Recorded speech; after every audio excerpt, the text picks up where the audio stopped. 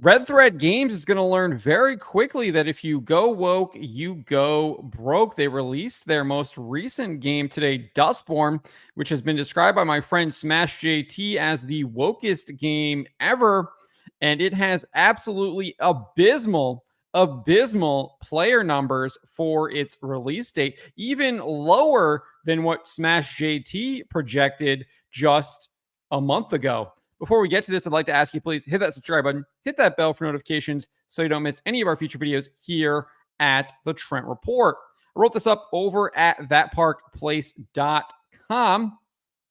And before we get to these player numbers, which they are below 100 concurrent players on its release date, it does not look like it is going to go above 100. It doesn't even look like it's going to get above 90. But before we get to those actual numbers here, back in July, following the release of the game's trailer, a representative for the game conducted an interview with PSU and confirmed the entire game spawned out of protest against Donald Trump being elected president of the United States in 2016.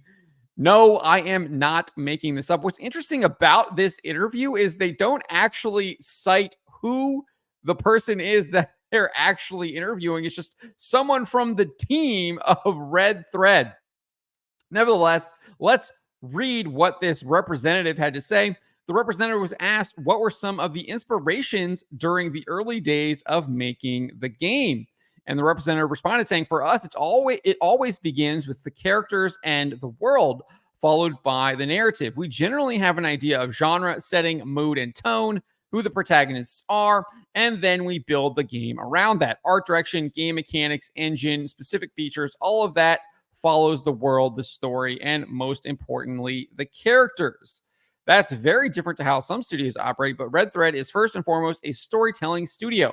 We tell stories using game mechanics and interactivity, and we try to do something fresh and different with every game we develop. So basically, this game looks like you are playing Antifa, but you're Antifa with a band, and you're going around and trying to attack whatever the new form of the United States of America is, and they have a bunch of robots. That is literally what this looks like. It looks like it is an Antifa role-playing game. You ride around in a bus across the United States, and you attack the whatever their fictionalized version of the United States of America is. That is represented by these robots here. That's what this game looks like it is based on these screenshots, based on the trailer. There's more of them in their Antifa band right there. From there, nevertheless, let's get back to this interview. From there, the representative said this.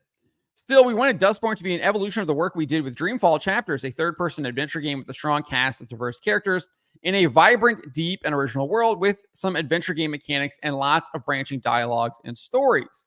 But this time, we also wanted to include combat action with a narrative twist that stays true to our storytelling heritage. And there's also a bunch of features connected to the idea of weaponized words and how words have the power to change the world. So I guess that is why they are in this band, because they're going to be able to weaponize words. Now, I've seen this in My Hero Academia. It's actually pretty cool how they use that power in My Hero Academia, where the guy like uses the words and uses like the comic letters and stuff like that. The comic panels. That's actually really cool. This here just sounds cringe because it's literally like, remember the 2000, what are they? It was just this past year at the Game Developers Conference, these people were out shouting, all these game developers out shouting into like the air, just screaming for whatever reason. And that feels like that's where they base this game out of. It's just like just shouting for no reason. It's like, oh, well, let's put a guitar and they can just shout like that and use that as an attack. I don't know. It just seems little sus, right? Suspect. Okay, this is the big part right here. The representative revealed the game was inspired by the election of Donald Trump. The idea behind Dustborn's setting and characters was also influenced by a series of political events that deeply affected us all, beginning in the summer of 2016 and continuing until, well, today.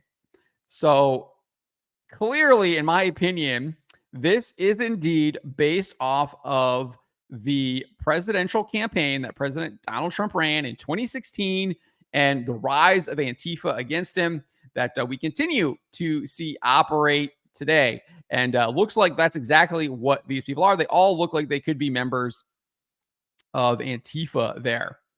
As game developers, we wanted to tell a story that felt relevant and thematically timely with a cast of characters that could more accurately represent our player base and the setting, and to hopefully have some positive impact on the world in addition to being entertaining. They have a very different idea of positive. I don't think they really know what that word means. They are twisting it, they are corrupting it. What they're doing, pushing this stuff, is not positive at all. Making your characters become Antifa members is not positive. That is a absolute 100% negative. As for what the game is about, the person said this: it's about a lot of things, but it's mostly about keeping hope alive in the face of adversity, maintaining friendships in spite of conflicts, and about the awesome and terrifying power of words. It's also a story about being different, being an outsider, and being on the run from people who hate what you are. And robots, let's not forget about the robots. It's also about the robots. I mean, you can see here, the robots are clearly part of the fictionalized version of the United States. Guys got like justice on. They're literally police. I'm sure you attack them like over and over and over again in this game. So YouTuber Smash JT, my friend Smash JT, he reacted to the game's trailer and the interview in a video titled this: Dustborn, the most woke game ever. He's describing this as the most woke game ever. And he said this: that's what this game bases its premise on.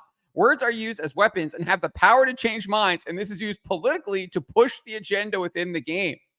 It kind of feels like the developers of the game are sending some sort of subliminal message to gamers like, hey, learn how to use words to fight against people and get your ideologies pushed across to them, which is exactly what gamers have been rejecting since gaming became a thing ever.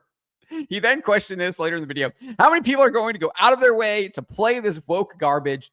Honestly, looking at it and what it is, and knowing what I know about it, and based off of what's transpired by the other games before it, I don't see this game getting anywhere close to even 500 players. And that in itself is going to be such an epic fail that the studio is not only going to be reeling from it, but potentially closing down. Because if you want to watch all of Smash's video from about a month ago, I've got it here in the article. You can, I'll have the link in the description below, as I always do. So this prediction about the amount of people playing the game is likely to come true. It's not going to hit 500. Absolutely no way. When I published this earlier today on August 20th, 3 hours after the game became available, it did not have over 100 concurrent players. It had about 72 was its peak. We actually can look at this, and you can see that it peaked at 81 later today, but has clearly fallen off. Only 59 people playing it right now. Let's actually refresh, make this. Oh, it's actually down to 56. So it's already trending in a negative direction.